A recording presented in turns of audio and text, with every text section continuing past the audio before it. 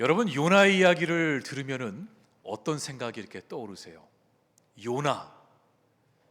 그러면 제일 먼저 떠오르는 것이 아마 고래 뱃속에 갇혔던 선지자가 아닐까 싶습니다. 또 요나 하면은 하나님의 말씀에 불순종했던 사람. 우리는 그렇게 요나를 기억하고 있습니다.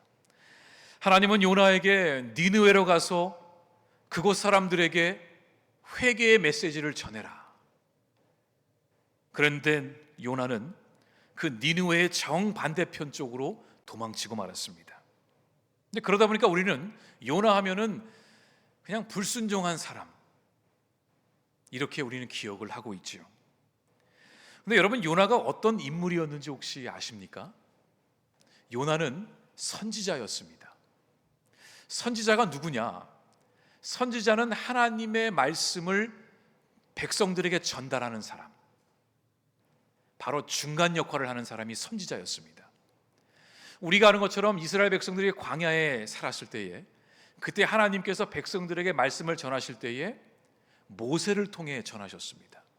그러니까 모세도 그런 의미에서 하나님의 말씀을 대신 전달해 주는 그 예언자, 선지자의 역할을 감당했던 것이지요. 그러다 보니까 선지자의 가장 큰 임무는 목에 칼이 들어와도 하나님의 말씀을 전해야 됩니다. 내 안위를 걱정하는 것이 아니라 내가 죽을지라도 하나님이 가라, 말해라 그러면 그것을 따라야 했던 선지자의 의무가 있었습니다. 우리가 아는 것처럼 다윗이 밧세바와 불륜을 저지르고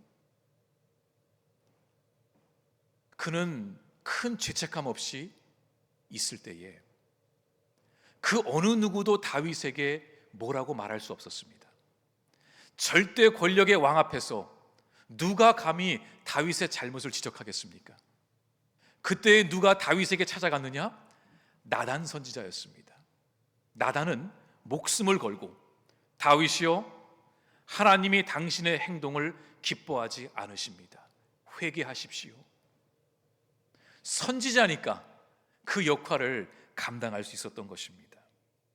그러니까 이 요나도 그런 선지자의 임무를 받은 사람이었습니다. 오늘 1절에 보니까 요나에 대한 짧은 설명이 나옵니다. 아미떼의 아들 요나. 근데 이 요나에 대한 이야기가 또 다른 성경에서 나오는데 바로 열왕기하 14장 25절입니다. 여기에 요나에 대한 이야기가 조금 더 자세하게 나옵니다. 이스라엘의 하나님 여호와께서 그의 종 가드에벨 아미떼의 아들 선지자 요나를 통하여 하신 말씀과 같이 여로보암이 이스라엘 영토를 회복하되 하맛 어기브에부터 아라바 바다까지 하였으니. 그러니까 이 아미떼의 아들 요나는 당시 북이스라엘에서 활동했던 선지자였습니다. 그것도 왕 옆에서, 왕궁에서 활동했던 선지자였습니다. 그 당시에 왕이 여로보암 2세였는데 이 왕은 북이스라엘 역사 가운데 가장 오랜 시간 동안 통치했던 왕이기도 합니다. 그런데 한 번은 이 요나가 왕에게 하나님의 말씀을 전한 것입니다. 하나님이 이렇게 하실 것입니다. 그런데 그 예언이 딱 맞아 떨어진 것입니다. 다시 말해, 이 요나는 그 당시 아주 활발하게 하나님의 말씀을 대언했던 선지자였음에는 분명합니다. 그냥 어중이 떠중이 지나가던 선지자가 아니었습니다. 아미떼의 아들 요나 그러면 많은 사람들이 누군지를 알았던 그런 선지자였습니다. 그런데 왜 요나는 니느웨로 가라는 하나님의 말씀에 순종하지 않고 도망쳤을까요? 왜 요나는 하나님께 아무런 답변도 하지 않고 질문도 하지 않고 설명도 하지 않고 그냥 도망쳤을까요? 여기서 의문이 찾아옵니다. 만약에 요나가 그런 인물이라면 이해가 됩니다. 자기 마음대로 행동하고 기복이 심하고 말없이 떠나고 이런 인물이라면 할 말이 없지만 요나는 그 당시 하나님께 부름받았던 선지자였습니다. 그런데 왜 그런 요나가 하나님의 말씀 앞에 극단적으로 행동을 했을까? 왜 극단적이라 제가 표현을 했냐면, 하나님이 말씀을 하셨으면 대꾸를 해야 될 거 아니에요. 간다, 못 간다, 왜 가라 그러냐, 뭔가 말이 있어야 되는데, 이 요나가 하나님 말씀을 듣고 일어나서 그냥 떠난 거예요. 도망가 버린 거예요. 너무 무책임하며 무례한 모습을 보인 것입니다. 하나님이 요나에게 말씀하신 것은 딱 한 가지였습니다. 너는 일어나 저 큰 성읍 니느웨로 가서 그것을 향하여 외치라. 그들의 악독이, 그들의 죄가 내 앞에까지 왔으니 회개하라는 것입니다. 하나님이 요나에게 요구하신 것은 이것이 전부였습니다. 너는 일어나 니느웨로 가서 회개의 메시지를 외쳐라. 아마 우리 같았으면은 좀 더 구체적으로 물었을 것입니다. 그 니느웨 어디로 가야 되고, 누구에게, 어떻게, 언제, 어떤 방식으로, 하나님의 계획이 무엇인지를 우리는 자세히 물었을지도 모릅니다. 너무 막연한 명령 같거든요. 그런데 요나는 하나님의 말씀을 듣고 일어나 났습니다. 자리에서 일어나 났지만 아무 말 없이 도망쳤는데, 그 이유는 요나는 지금 하나님이 무엇을 하시려고 하는지 알고 있었던 것입니다. 요나는 하나님이 어떤 의도로 자기를 니느웨에 보내려고 하시는지를 너무나 잘 알고 있었습니다. 그래서 하나님은 요나에게 더 자세하게 말씀을 안 하신 겁니다. 요나야, 너 내가 지금 무슨 말하는지 알지? 얼른 가라, 그러신 거예요. 요나도 그 말만 듣고도 하나님의 뜻이 어디에 있는지를 알았습니다. 그런데 여러분, 니느웨 성이 이 아수리아의 수도라는 것을 아셨습니까? 아수리아는 그 당시 최고 강대국이었습니다. 그리고 아수리아에 비교하면 이스라엘은 아주 작은 나라였죠. 그러다 보니까 이 이스라엘은 늘 아수리아 제국 아래에서 핍박을 당하고 억압을 당하고 빼앗기고 무참하게 죽임을 당한 것입니다. 얼마나 그들이 잔인하고 난폭했는지 이스라엘 백성들이 이 아수리아 백성들을 천천지 원수로 여겼어요. 우리가 마치 일제 치하 때에 일본에 대한 감정이 좋지 않았던 것처럼 이스라엘 백성들도 아수리아 백성들, 더 나아가 아수리아의 수도 니느웨 하면 치를 떨며 거부했던 것입니다. 그런데 지금 하나님께서 요나를 니느웨로 가라고 하시는 것은 하나님께서 이스라엘의 원수인 그 아시리아 사람들을 이미 용서하기로 작정하셨다는 것입니다. 요나는 그 사실을 알고 있었습니다. 요나가 알고 있는 하나님이라면 충분히 이스라엘의 원수들도 사랑할 수 있는 분임을 알고 있었습니다.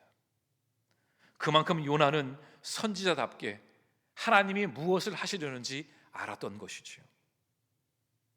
하나님은 니느웨가 비록 이스라엘의 원수일지라도, 하나님의 자녀되는 그 백성들의 원수일지라도 하나님은 그들을 용서하시고도 남을 뿐이야, 이거를 요나는 누구보다 확실하게 알고 있었습니다.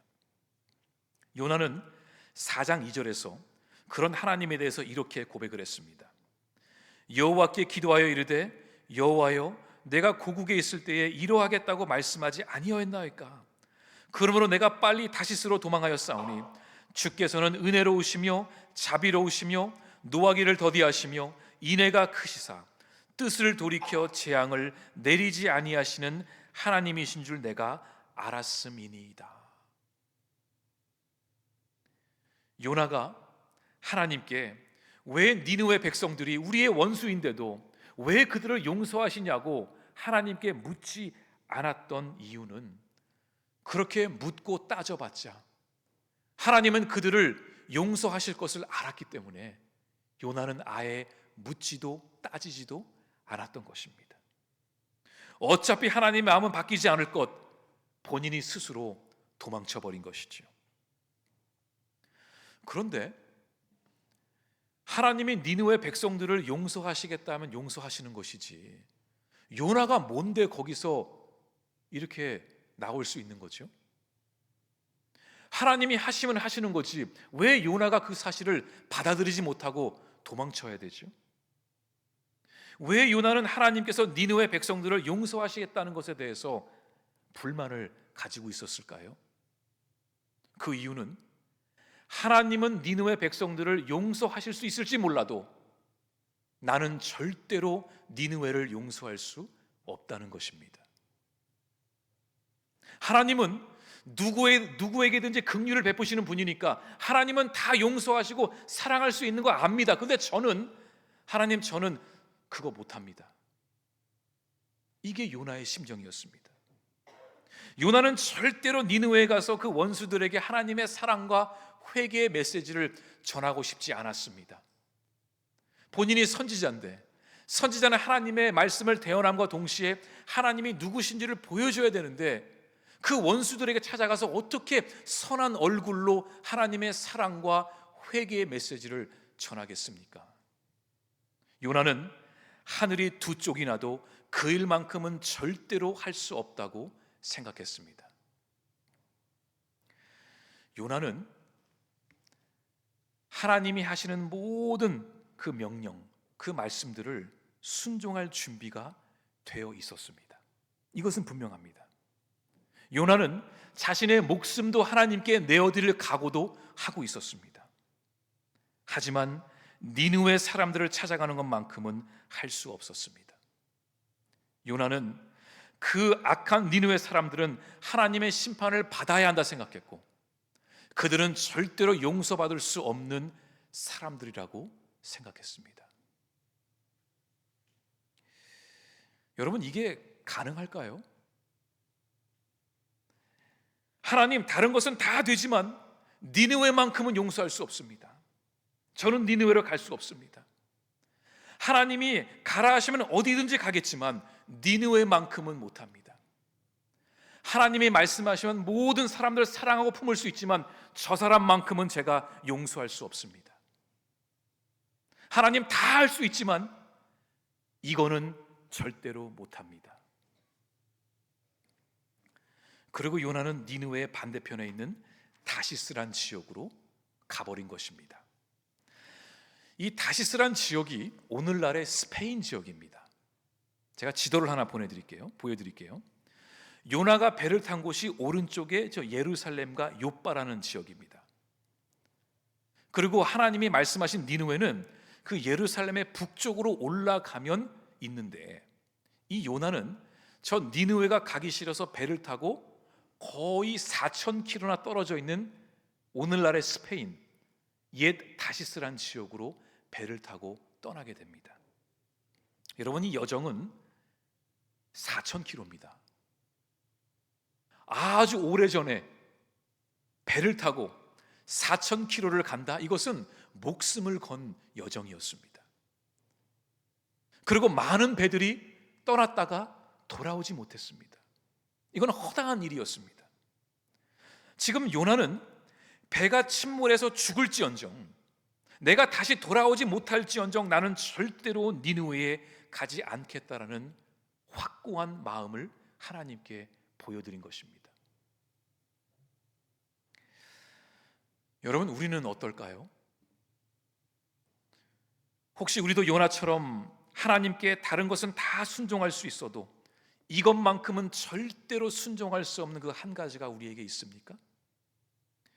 우리가 용서할 수 없는 그 한 사람, 우리가 품고 싶지 않은 그 한 사람, 하늘이 두 쪽이 나도 절대로 내가 용서할 수 없는 그 사람, 하나님의 뜻이 나로 하여금 그 사람을 품는 것임을 내가 알고 있어도, 하나님의 뜻이 나로 하여금 그곳에 가는 것이 맞음을 알고 있어도, 내가 하나님의 뜻을 분명히 알고 있어도 하나님, 저는 그것만큼은 절대로 할 수 없습니다.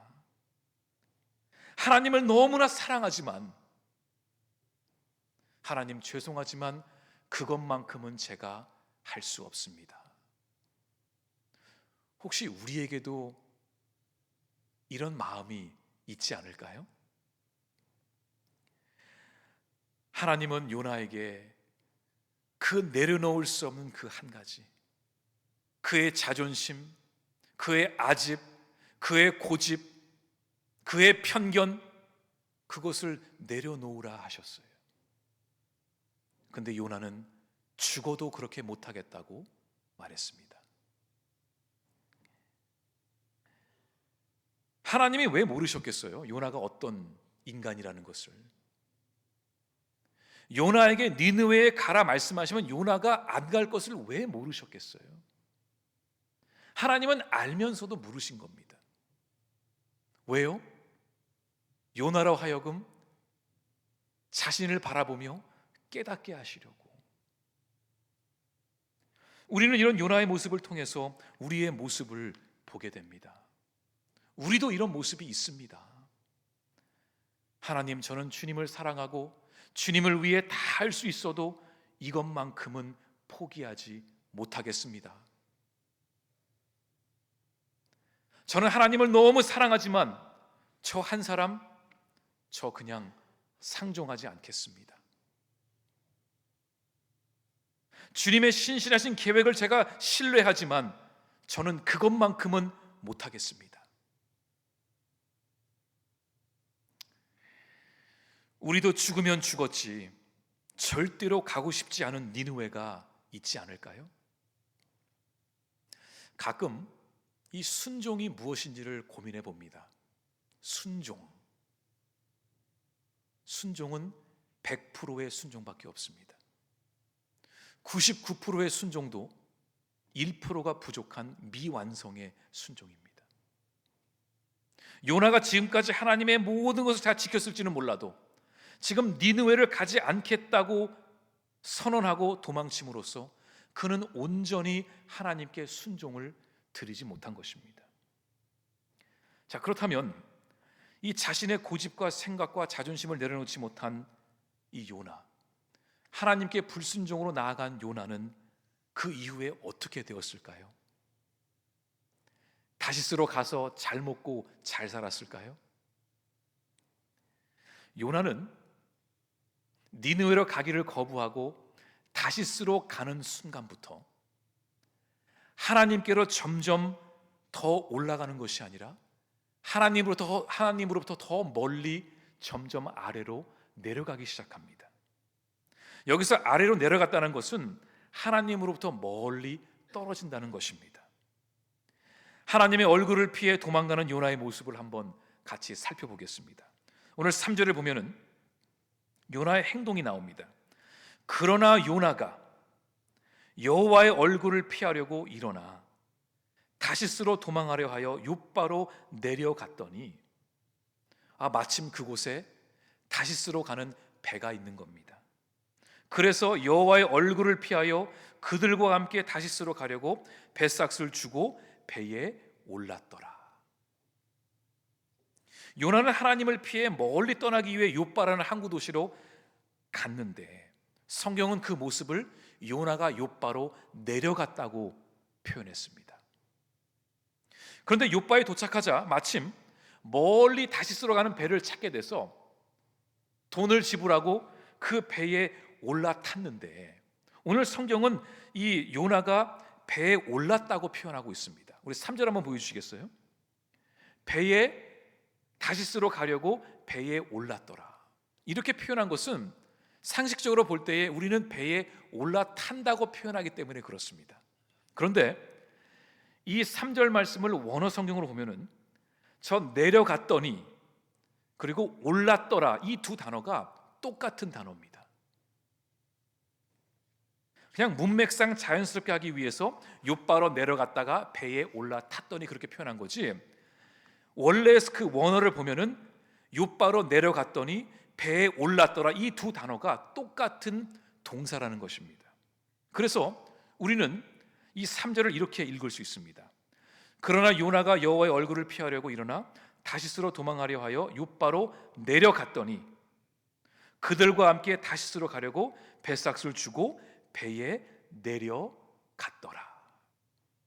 욥바로 내려갔고 그 욥바에서 배로 내려갔다는 것입니다. 자, 요나는 그렇게 배를 타고 다시스로 출발하게 됩니다. 그런데 하나님께서 큰 풍랑을 보내셨고 배가 침몰하기 직전이었습니다. 모든 사공들이 난리를 치며 배를 가볍게 하려고 배 위에 있는 물건들을 다 바다로 던져버리고 있을 때에 그때 요나가 어디에 있었는지 아세요? 오늘 5절에 보니까 사공들이 두려워하여 각각 자기의 신을 부르고 또 배를 가볍게 하려고 그 가운데 물건들을 바다에 던지니라. 그러나 요나는 배 밑층에 내려가서 누워 깊이 잠이 든지라. 하나님의 얼굴을 피해서 불순종으로 나아갔던 요나에게 벌어지는 일들은 욥바로 내려와서 그 욥바에서 배로 내려가고 그 배에 타서도 맨 밑에까지 내려갔다고 성경은 말하고 있습니다. 여기서 끝이 아닙니다. 사공들이 이 풍랑의 원인을 알고자 제비를 뽑았더니 요나가 걸렸습니다. 그리고 요나는 이실을 짓고 다 사실을 말합니다. 나 때문에 이런 일이 일어났습니다. 나를 바다로 던지십시오. 사공들이 요나를 바다에 던져버립니다. 요나는 배 맨 밑에 층에서 있다가 더 아래로 바닷속으로 들어가게 됩니다. 근데 여기서 끝이 아닙니다. 요나가 지금 바다 밑으로 쭉 떨어져 내려가는데 나중에 요나가 자신의 상황을 이렇게 표현했습니다. 요나서 2장 5절 말씀입니다. 물이 나를 영혼까지 둘러싸우며 기품이 나를 에워싸고 바다 풀이 내 머리를 감쌌나이다. 여기서 바다 풀은 바다 맨 바닥에 있는 그 미역 같은 그런 풀들을 얘기합니다. 그러니까 다시 말해 이 요나는 계속해서 아래로 내려가기 시작합니다. 어디까지요? 바다의 맨 바닥까지. 그리고 하나님이 준비해 놓으신 고래 뱃속으로 들어가게 되죠. 왜 성경은 요나가 계속해서 아래로 내려가고 있다고 말할까요? 여기에는 분명한 영적인 메시지가 있습니다. 우리가 하나님 앞에서 내려놓아야 할 것을 내려놓지 못하고 불순종으로 나아갈 때 우리는 점점 하나님으로부터 멀어지게 된다는 것입니다.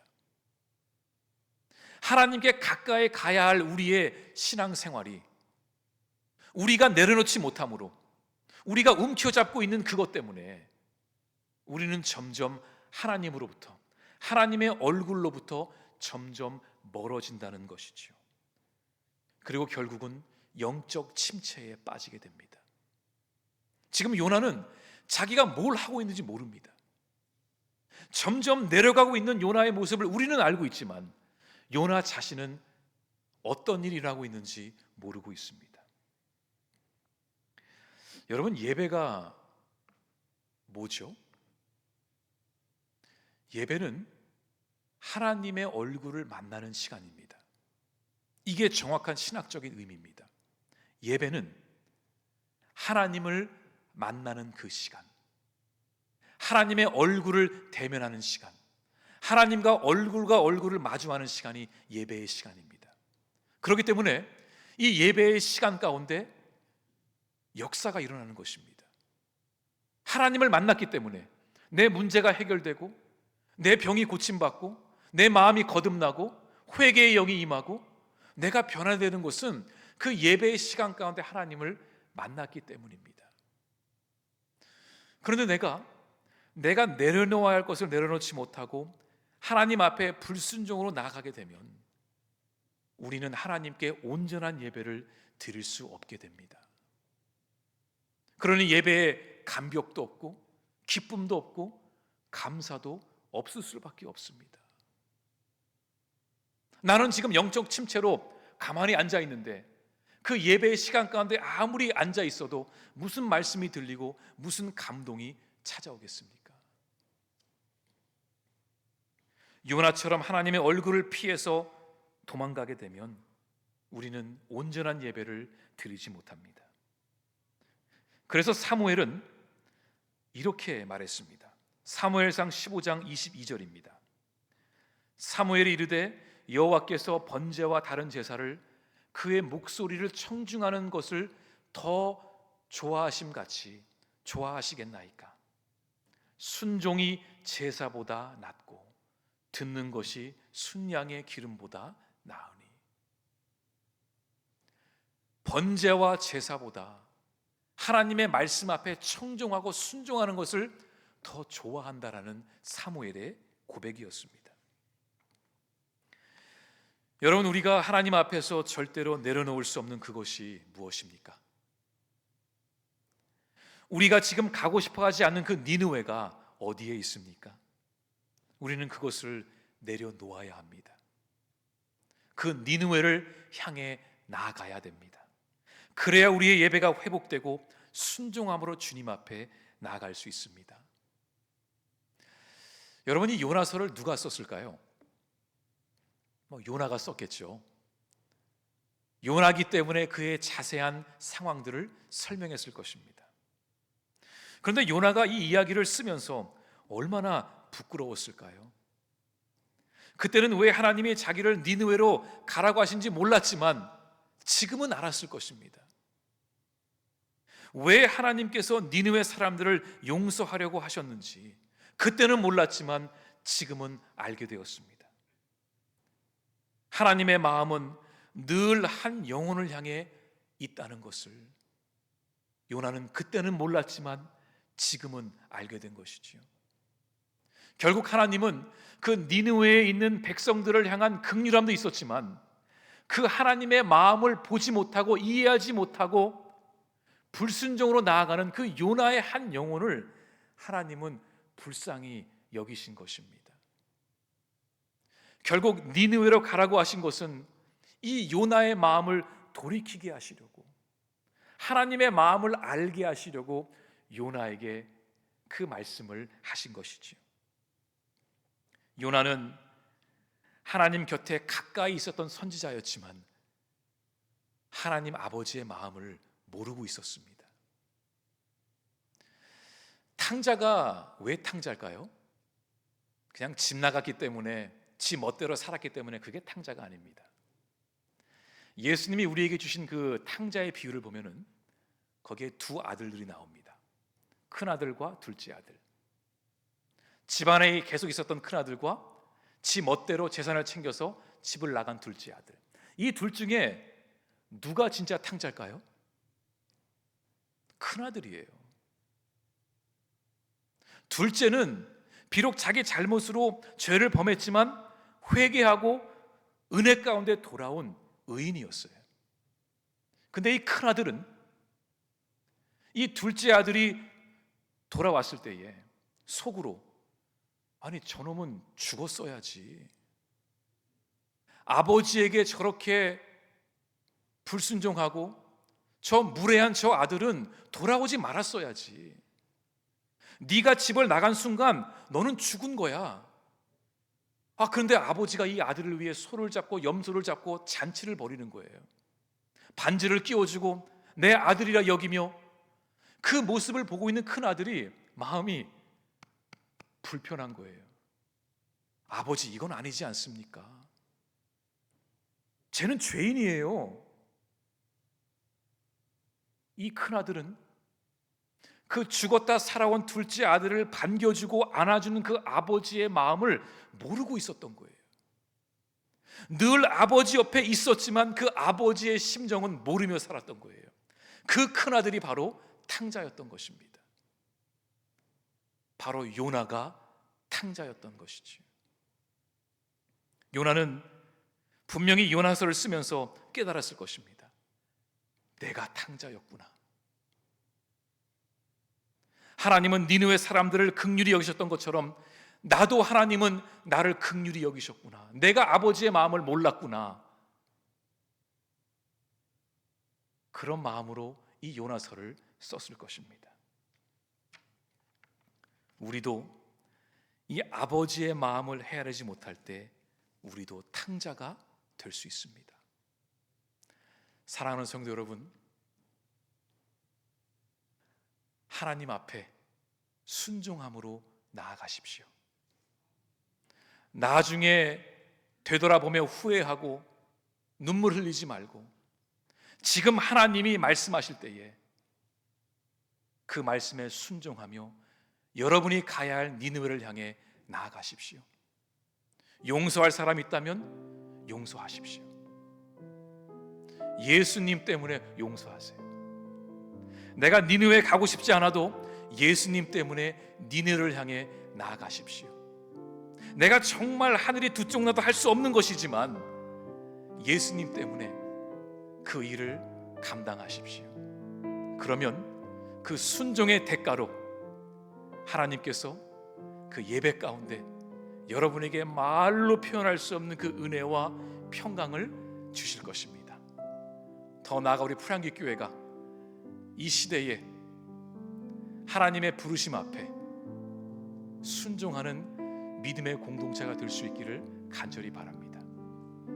근데 이 일은 저 혼자 할 수 있는 게 아닙니다.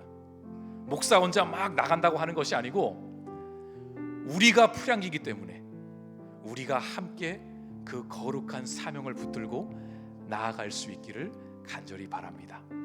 여러분 이번 한 주도 순종함으로 말씀의 능력으로 승리하고 돌아오시길 간절히 축복합니다. 같이 기도하겠습니다.